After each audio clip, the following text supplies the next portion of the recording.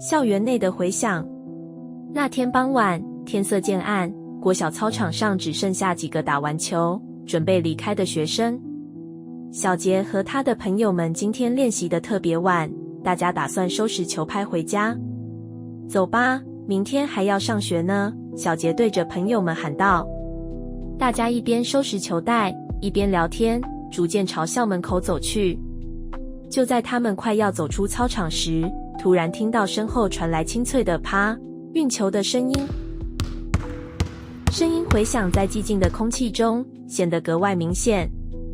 咦，刚刚不是没人了吗？小杰回过头，球场上空无一人，但那清脆的击打声仍不断传来。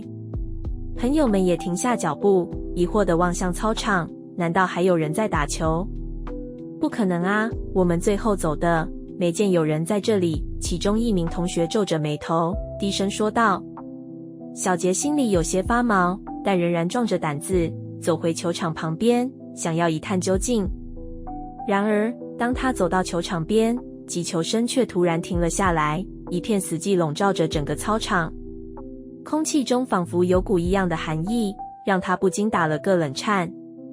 算了，别管了，赶快走吧，其中一位同学急促地说，其他人也纷纷点头，脚步不由得加快。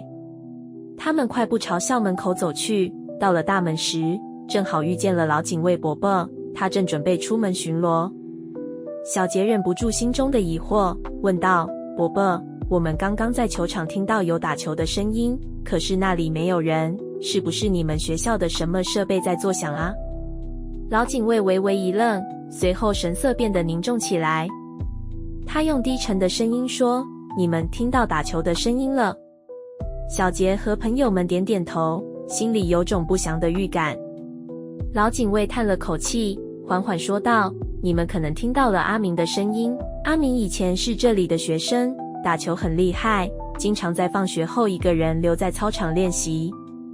可惜啊，有一天他在回家的路上过马路时遇到了意外，车子撞上了他。自那以后，每到黄昏，有人说他还会回到这个球场继续练习打球。听到这里，大家都感到背脊发凉。小杰不禁打了个寒战，问道，那他是不是不甘心？老警卫点了点头，眼神中透着怜悯。他还是个小孩子，当时对打球很执着，也许心中一直有遗憾，想要继续练习吧。一阵冷风吹过，操场上再次传来若有若无的击球声，回荡在寂静的黄昏中。小杰和朋友们相互对视，不约而同地加快脚步，离开了学校。自那以后，小杰和他的朋友们再也没有在傍晚留下来打球。然而，每当他们路过那片球场，总会想起那晚的击球声，仿佛阿明依旧在操场上挥动着球拍，继续完成他未完成的梦想。